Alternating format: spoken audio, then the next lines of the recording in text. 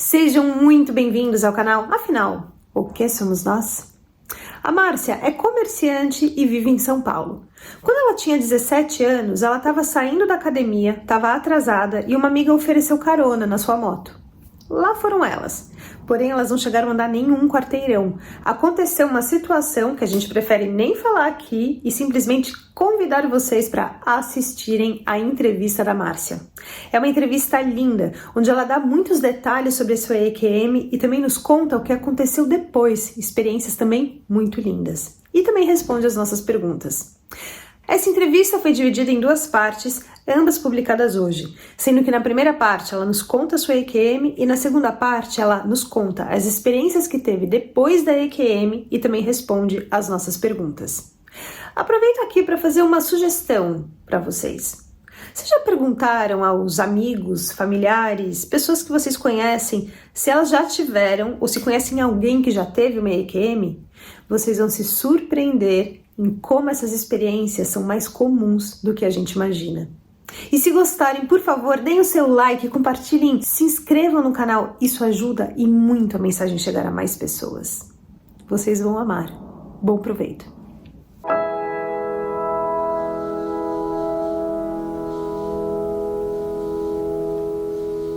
Boa tarde, Márcia. Muito obrigado por você aceitar compartilhar conosco do canal Afinal que Somos Nós a sua experiência de quase morte.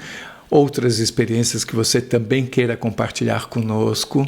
Por favor, se apresente, conte de onde você está falando, o que você faz e nos conte tudo no maior detalhe que for possível. Muito obrigado desde já. A palavra está com você.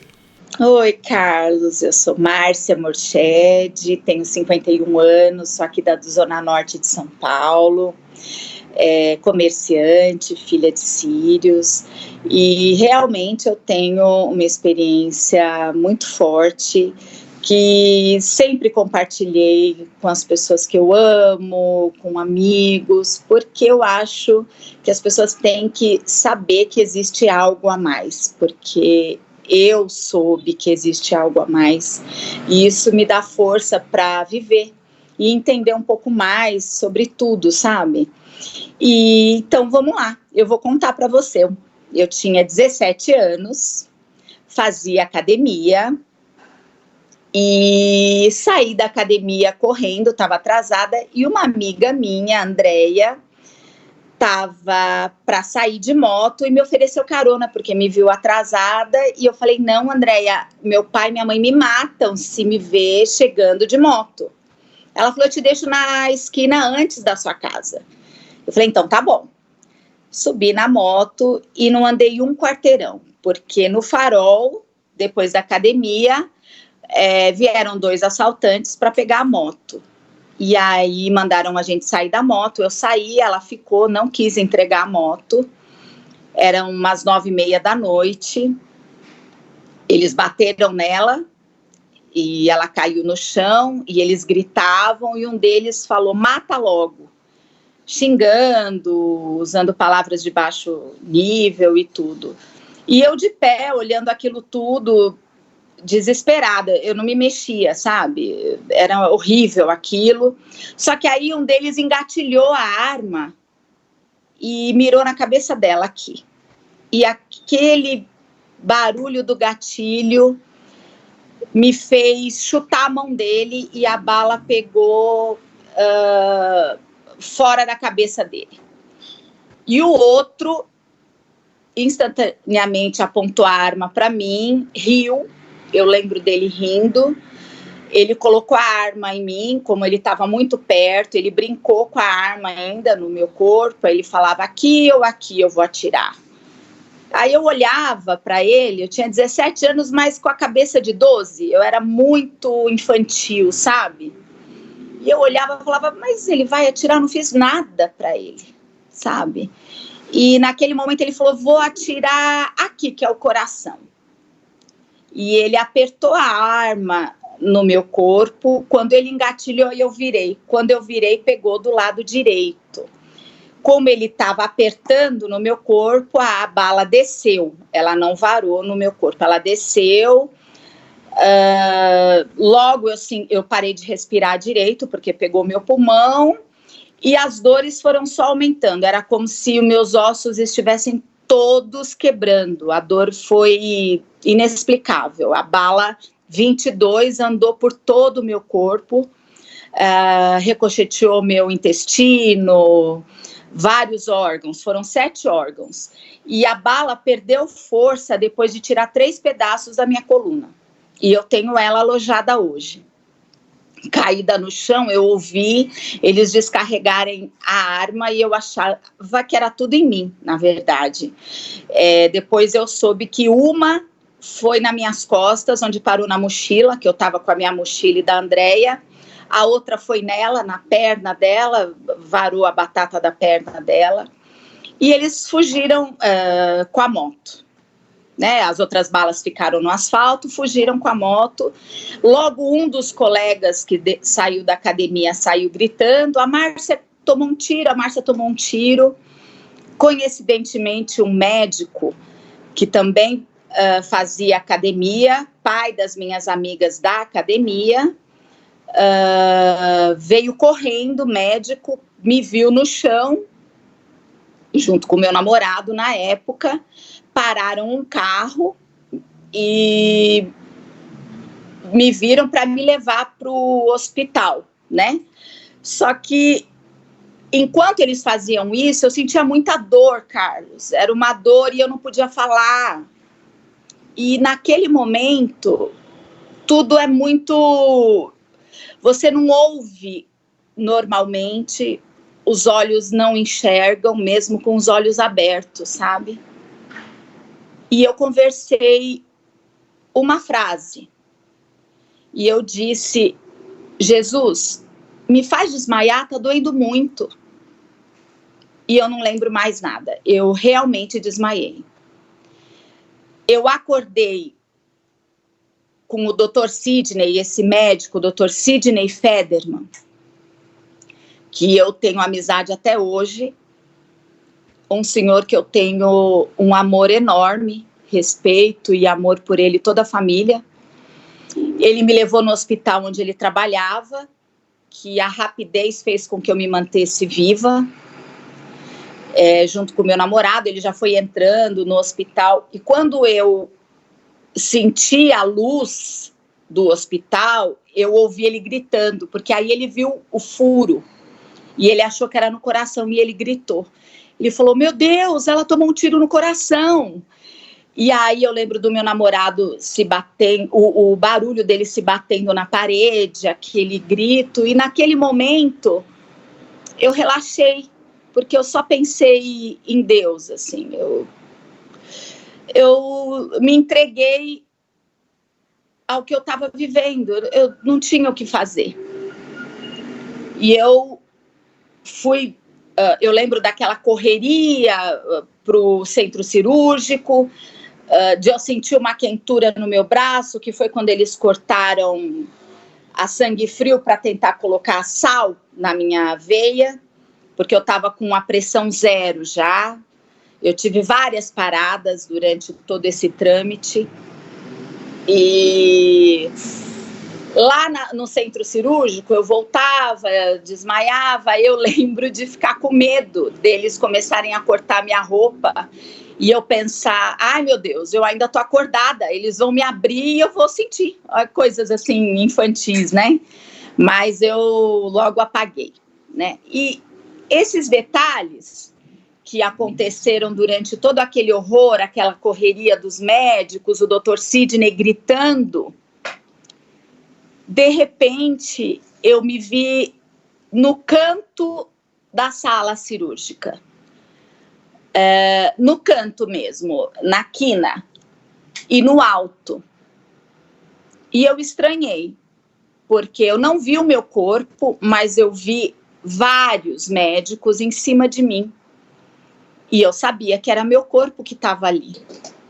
E o Dr. Sidney... gritando, porque ele queria, porque eu sou amiga das filhas dele, já era naquela época, né, criança. E ele gritava, ela é como minha filha. E nessa hora eu estava tendo as paradas. E um dos médicos, o Dr. Sidney, ele era um homem alto, ele é um homem alto, mas forte na época. Ele é um judeu, claro, alto. E eu lembro de ver um colega dele mais baixo prensando ele na parede e impedindo ele de chegar até mim. E falando, Sidney, não dá mais, para. E ele gritava, ela é como minha filha. E aquilo me comoveu e me entristeceu, sabe, Carlos? E ao mesmo tempo eu vi o amor desse senhor por mim, que eu nem sabia que ele me amava tanto assim, né? E eu olhando tudo ali de cima. E de repente, não sei a cronologia, mas eu vi e ouvi a porta do centro cirúrgico. Isso é interessante lembrar. Lenta. Eu ouvi o barulho da porta. Ela fez assim, ó, vum, vum, sabe? E entrou uma médica. Entrou uma pessoa com um bisturi, alguma coisa na mão, e eu assustei. Falei, o que essa pessoa vai fazer em cima de mim com esse bisturi? E essa pessoa se debruçou a mim e já foi me cortando. E eu vi uma explosão de sangue. E eu não vi mais nada. Depois eu soube que ela foi direto na hemorragia. A bala, ela levou todo o sangue para um órgão, que eu não lembro se é o pâncreas, é um órgão que a pessoa geralmente falece. Isso eu não posso dizer direito, porque eu não lembro. Os médicos se encontraram comigo na época e me contaram na época. Mas deu certo. E eu não vi mais nada. Aí eu já não lembro de mais nada naquele momento, né? E de repente, assim, num outro momento, eu me vi sem dor e caminhando por um túnel. E esse túnel, ele era grande, ele tinha muros que não eram transparentes, mas eu conseguia visualizar depois dele. Mas ele não era transparente, é difícil de falar, sabe? E eu conseguia visualizar construções azuladas, e eu conseguia ver um chão esverdeado. E o mais incrível era, Carlos, a sensação boa que eu estava sentindo, consciente de tudo que eu tinha vivido até ali. A dor, porque a dor do tiro, Carlos, foi algo que eu não sei descrever. Depois disso, conversando com pessoas, tem pessoas que falam, eu tomei o tiro, eu nunca senti nada. Eu falei, bom, eu senti como se meus ossos estivessem entrando para dentro do corpo. O que aconteceu comigo foram dores absurdas que aumentaram tremendamente. E quando eu me vi nesse túnel, sabe, eu sabia que há pouco tempo eu tinha aquela dor, mas eu não estava tendo mais. E também aquela agonia de ter visto o Dr. Sidney e aquele sofrimento, aquela dor no coração, sabe? Também não... Eu não precisa... nem se eu quisesse, eu ia sentir. Eu estava... É uma paz, algo pleno de sentir. E muito bom, sabe? E aí eu gostei. E eu falei... Obrigado, sabe? Não é que você fala, mas você sente, né? E aí eu fui caminhando, assim, para frente, não lembro se andando, eu não tenho esse detalhe na minha mente, mas aí eu olhei e vi um tio meu falecido, que era como o pai do meu pai, o tio Jabra. E quando eu vi meu tio Jabra, eu vi do lado a minha avó, a mãe dele e do meu pai. E eu senti uma felicidade, Carlos, imensa. Além dos dois, eu vi um vulto, que até hoje eu não sei quem é. E eu fiquei feliz. Caramba, meu tio Jabra, falecido há tantos anos, a minha vovó, sabe? E eu fui até eles com uma alegria. Eu sempre fui uma mulher de fé. Tava tudo bem para mim. Só que chegando perto do meu tio, ele tava com uma carinha brava, não era nem triste. Até hoje eu não entendi muito por quê, mas tava meio bravinho comigo. Sabe? Tava assim, sabe, preocupado. A palavra é preocupado comigo, sabe? E eu não falei, mas eu indaguei de alguma maneira. Por que, tio? Eu tô aqui agora, eu tô bem aqui. E ele falou, seu pai. E naquele momento, eu queria voltar. Porque meu pai... Imaginar ele sofrendo, né? Eu sou a filha mais velha e sou a filha dele, né? Enfim. E naquele momento, eu senti uma dor na coluna, na altura do umbigo. E eu não sei explicar exatamente, mas me remeteu, de repente, aquilo tudo se tornou uma coisa só, um momento só. Olhar para o meu tio, para minha avó, aquele amor de família, ao mesmo tempo ele me olhando, preocupado, pensar no meu pai, não morre, ainda não é a hora de você ficar aqui, aquele puxão, e de repente eu me vi acordando com uma dor monstruosa, amarrada, com a boca cheia de sal, acordando no hospital. E eu abri os olhos e vi meus pais. Essa foi a experiência que eu tive de ida e volta, que eu posso te contar. Em primeiro lugar, Márcia, eu queria assim, mostrar o meu respeito por você, minha admiração, porque você salvou uma pessoa com aquele chute. Você quase morreu no lugar dela. Você sabe disso, ela sabe disso. Isso é muito lindo. Esse desapego da própria vida, de você só pensar na vida do outro, isso foi lindo. Eu tenho prazer em falar isso, porque eu acho que é importante. Puxa, Carlos, obrigada. Obrigada mesmo. Não deixem de assistir a segunda parte da entrevista da Márcia, onde ela nos conta outras experiências que teve depois da sua EQM e também responde às nossas muitas perguntas. O link está disponível para você aqui em cima e também na descrição do vídeo.